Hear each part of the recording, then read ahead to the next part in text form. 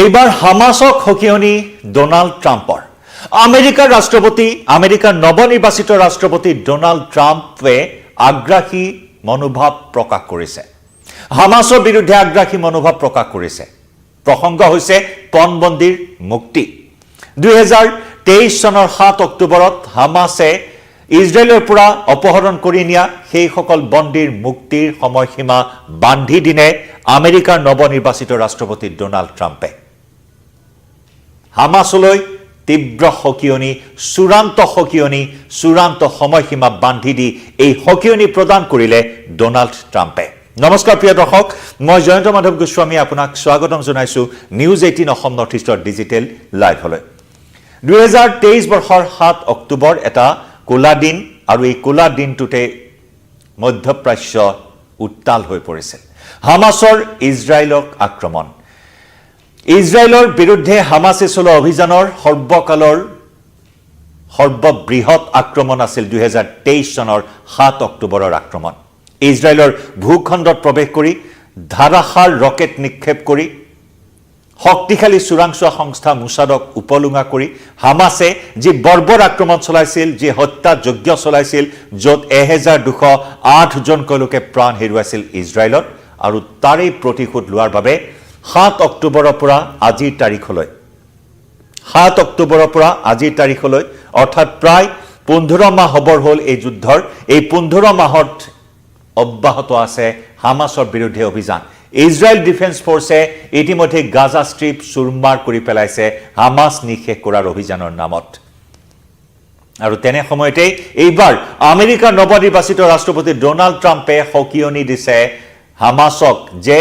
সময়সীমা হৈছে 2025 বৰ্ষৰ 20 জানুৱাৰী। 2025 বৰ্ষৰ 20 জানুৱাৰীৰ পূৰ্বে যদি পণবন্দীসকলক মুকলি কৰি নিদিয়ে, তেতিয়াহ'লে ভয়ানক পৰিণামৰ সন্মুখীন হ'ব লাগিব হামাস। সেই হকিয়নি আমেৰিকাৰ নৱনিৰ্বাচিত ৰাষ্ট্ৰপতি ডোনাল্ড ট্ৰাম্পৰ। প্ৰায় শতাধিক পণবন্দীক এতিয়াও মুকলি কৰি দিয়া নাই হামাসে, আৰু সেইসকল পণবন্দীক মুকলি কৰি অনাৰ বাবে বিভিন্ন ধৰণৰ আলোচনা কৰা হ'ল, বিভিন্ন ধৰণৰ বৈঠক মিলিত হ'ল, বহু মধ্যস্থতাকাৰীয়ে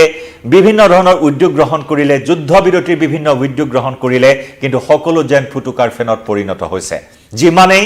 হামাসৰ বিৰুদ্ধে ইজৰাইলে অভিযান তীব্ৰতৰ কৰি তুলিছে, সিমানেই যেন পণবন্দীক মুকলি কৰি দিয়াৰ কোনো নাম গোন্ধেই লোৱা নাই হামাসে। হামাসৰ বহু শীৰ্ষ নেতাই প্ৰাণ হেৰুৱালে ইজৰাইলৰ ভয়ানক আক্ৰমণত, কিন্তু তথাপিও যেন গা লৰা নাই হামাসৰ, আৰু সেইবাবে এইবাৰ আগ্ৰাসী মনোভাৱ ব্যক্ত কৰি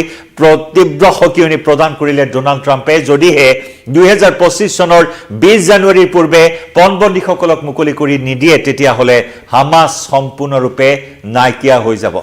হামাসক মাটিৰ লগত ধূলিৰ লগত মিহলি কৰি দিয়াৰ হুংকাৰ প্ৰদান কৰিছে ডোনাল্ড ট্ৰাম্পে।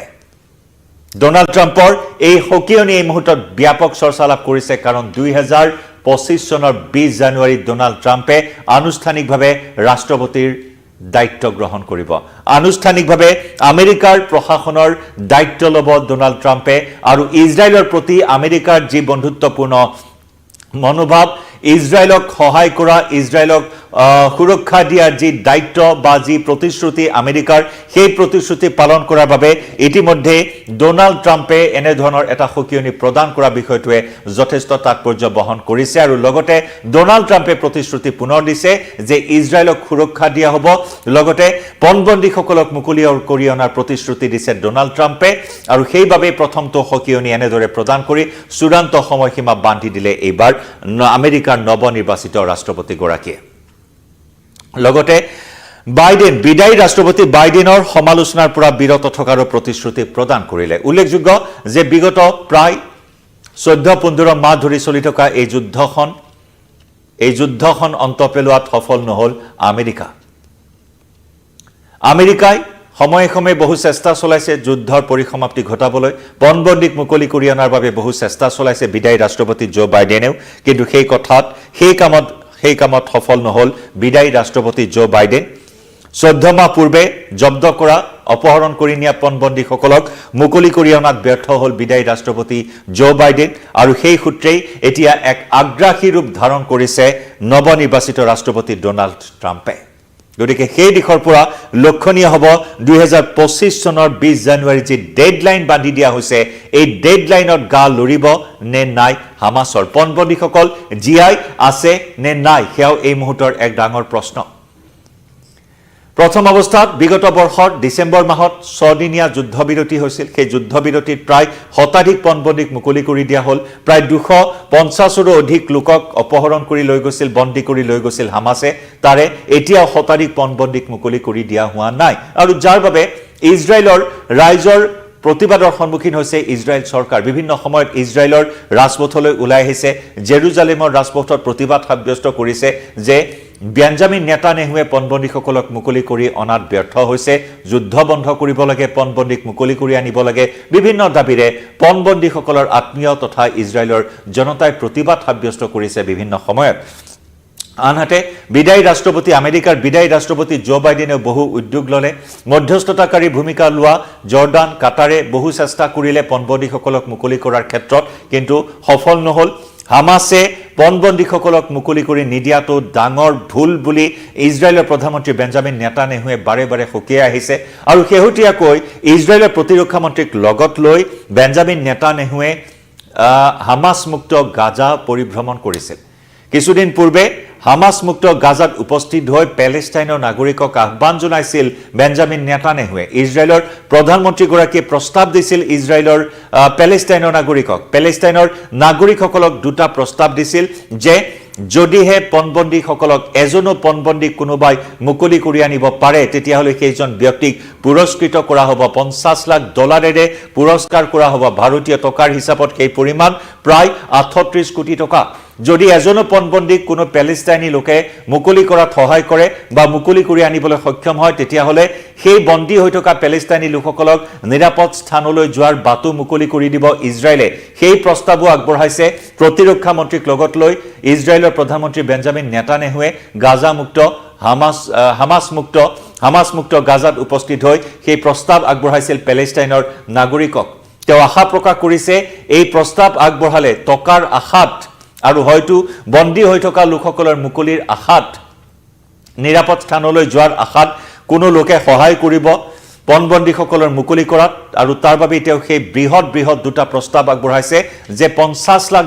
পুৰস্কাৰেৰে পুৰস্কৃত কৰা হ'ব যদি কোনো পেলেষ্টাইনীয়ে হামাছৰ কবলৰ পৰা কোনো পণবন্দীক মুকলি কৰি আনিবলৈ সক্ষম হয় ভাৰতীয় হিচাপত 38 কোটি টকাৰে পুৰস্কৃত কৰা হ'ব লগতে নিৰাপদ স্থানলৈ যোৱাৰ ক্ষেত্ৰত সহায় কৰিব ইজৰাইলে এই প্ৰস্তাৱৰ প্ৰতি কি সমৰ্থন আগবঢ়াইছে কেনেধৰণৰ সঁহাৰি লাভ কৰিছে সেই অৱশ্যে এতিয়াও জানিব পৰা হোৱা নাই কোনো এজন পণবন্দীক এতিয়াও মুকলি কৰি আনিব পৰা নাই আনহাতে গাজাত কেতিয়াও হামাছৰ শাসন চলিবলৈ দিয়া নহব সেই সকিয়নি প্ৰদান কৰিছে ইজৰাইলে শেহতীয়াকৈ লেবাননৰ সৈতে চলি থকা এখন হাই ভল্টেজ যুদ্ধ কিছুদিনৰ বাবে স্থগিত ৰখা হৈছে দুমাহৰ যুদ্ধবিৰতি ইতিমধ্যে সৈন্য সামন্ত সকলো উভতাই অনা হৈছে লেবাননৰ পৰা হিজবুল্লাৰ বিৰুদ্ধে চলা সেই অভিযান স্থগিত ৰখা হৈছে আৰু সৰ্বশক্তি হামাছৰ বিৰুদ্ধে প্ৰয়োগ কৰিবলৈ বৰ্তমান প্ৰস্তুতি চলাইছে ইজৰাইল ডিফেন্স ফৰ্চে হামাছ সম্পূৰ্ণৰূপে উৎখাত নকৰা পৰ্যন্ত সেই অভিযান চলি থাকিব বুলি সকীয়াই দিছিল ইজৰাইলৰ প্ৰধানমন্ত্ৰী বেঞ্জামিন নেতানেহুৱে আৰু তাৰ মাজত আমেৰিকাৰ নৱনিৰ্বাচিত ৰাষ্ট্ৰপতিগৰাকীয়ে যি মন্তব্য কৰিছে যে 20 জানুৱাৰী 2025 চনৰ পূৰ্বে পণবন্দীসকলক মুকলি কৰি দিবই লাগিব অন্যথা এনেকুৱা ধৰণৰ